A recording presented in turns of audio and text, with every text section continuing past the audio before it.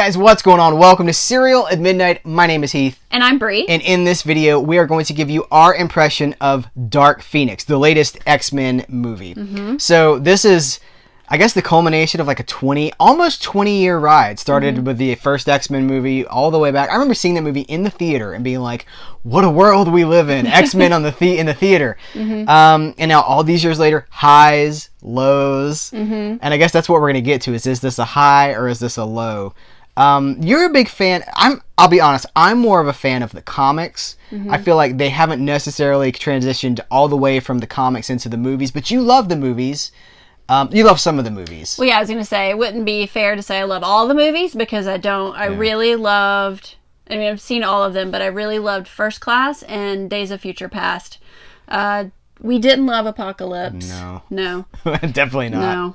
So, and now which was a bummer. And now here we are. Yeah, now here we are. Right. And so, so even leading into this movie, you were the driving force. I was the one who wanted to go see it, and I think Minnie Midnight wanted to go see it too. Yeah. Because she also likes the X-Men movies. And this is one of those X-Men movies that I'm like, Apocalypse as well. I was like, I don't know. We did not see Apocalypse in the theater. No. But we did see this one in the theater. We saw opening day. We're recording this opening day. What did you think about Dark Phoenix? Well, I guess based on what we've talked about, I could put it somewhere in between Days of Future Past and First Class and Apocalypse in terms of liking it. Like, it was just fine. I didn't love it and I didn't hate it. It was, some parts were confusing, but then I just moved past it and just went along with the story, and it was watchable. Okay. It was watchable for me. For me, it was not watchable. For me, it was aggressively bad. For me, it felt like paint by numbers superhero movie. I can see that. Even like you see these like relatively low budget movies that get made for like young adult novels. Yeah. I'm not going to name any because I don't want to people. I love that movie, but there are all these adaptations of young adult movies, and they make them for like $25 million. Yeah. They didn't make this movie for $25 million, but it felt like that to me. It felt very paint by numbers. All of the character, I was going to say all the stuff that I love about the X-Men comics, I don't often see in the movies, but I see more of it than I did in this movie. I really feel like the personalities in this movie non-existent. Cyclops. By the way, this is a non-spoiler review. We'll put it in the title. This is a non-spoiler, so I'm not going to spoil anything. But there are characters. Cyclops, for example, he's like 6 minutes in this movie. He's barely in this movie. Right? I'd say he's longer than 6 minutes, but I get your point. Do you know what I mean? Yeah. It just feels very generic to me. I will say, if I can jump in, please, that it is watchable for me, but there were times when I was like, wow, this writing's kind of clumsy. Yeah. Like, I could probably write a better movie than this. I don't know that I could, but I was just like, it was predictable.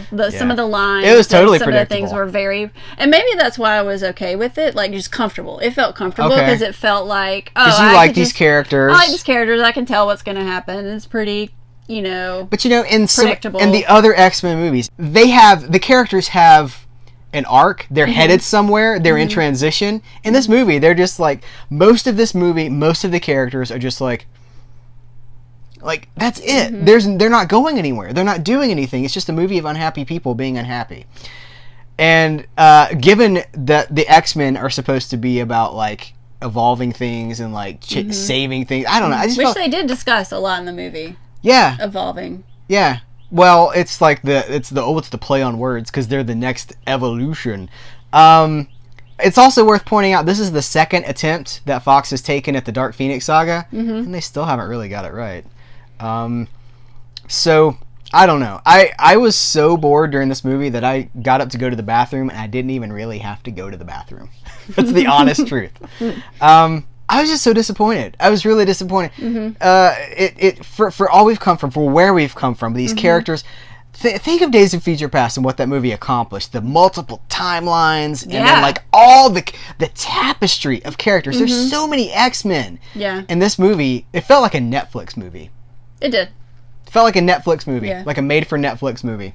So I don't know why that is. I don't know if it was rushed. This was written and directed by Simon Kinberg, who has been around behind the scenes on these producing, writing. He's no stranger to this.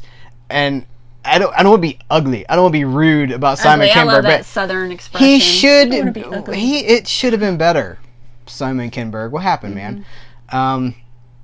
Maybe he was multitasking. He had too many things on his plate. Well, it does make me wonder because it hasn't been that long since X-Men Apocalypse, and this does feel rushed. It could have been. It was just so joyless. The other X-Men movies had joy. They had elements that you're like, that was so cool. They would always do like the breakdown scenes with Quicksilver. Yeah. Don't call him Quicksilver. Could we call him Quicksilver? I can't remember. Peter. But this movie has no levity whatsoever. It's like someone just pulled out all the humor and all the smiles. It's very dramatic. It's very throughout the brooding and dramatic throughout the whole. It's a very grumpy movie. I don't really have anything else to say about it. It was kind of a bummer. I think we also go to see this movie with the shadow of the Disney purchase of Fox looming over it. And so everyone, you can't have a conversation about this movie without pointing out, like, this is probably the end for Fox doing their own thing because Marvel is actively developing, incorporating the X-Men into the overall Marvel Cinematic Universe. And I say, thank God. Yeah, so that's how it should be. Yeah. Anyway. I also want to point out that we saw it opening day, maybe 10 people in the entire theater. Yeah, it was early in the day, to be fair. It was 2:30 in the afternoon. On a Friday. Right. I don't know. But there weren't a lot of people there. There were a lot of people seeing other things.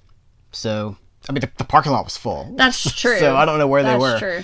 Maybe they were all in The Secret Life of Pets, too. Probably. Probably. Yeah. All right, well, so you thought it was pretty good, and I thought it was like, Yeah. Does that about sum it up? I'll give it a this.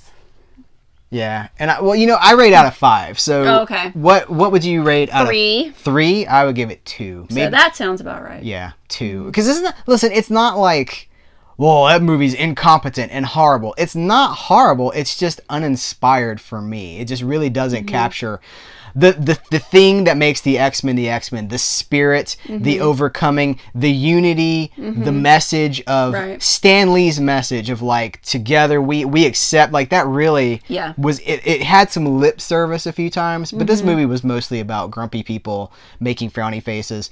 Also, there's a huge breadth of X-Men villains and heroes, and this movie just relatively sticks to like a cast of like 6 people. This was a very small, again, Netflix movie. It's just small, very small in scope movie. I don't know. Maybe they were rushed. Maybe they're like, you have to finish this within this period of time. There were there were reshoots in this movie too. Oh, yeah? This movie has been delayed. I think it got delayed twice. Wow. Guys. Like this movie has been troubled from the beginning. So. Well. Yeah, I didn't love it, and you didn't love it either, but you liked it. So I liked it fine. If you like the X-Men, she liked it fine, and I thought it was like, I belong in the movie. You like, do with the grumpy.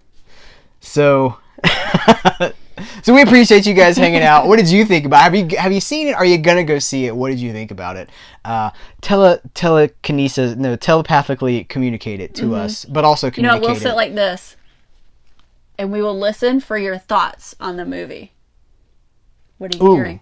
I heard they liked it. I heard someone really liked it. Oh, and then okay. someone. I'm not surprised. I will not do that. That is filthy. People. Oh my gosh. All right, let's get out of here. Okay. Thank you guys. We appreciate you so very much. Take care, and until next time, we will catch you later.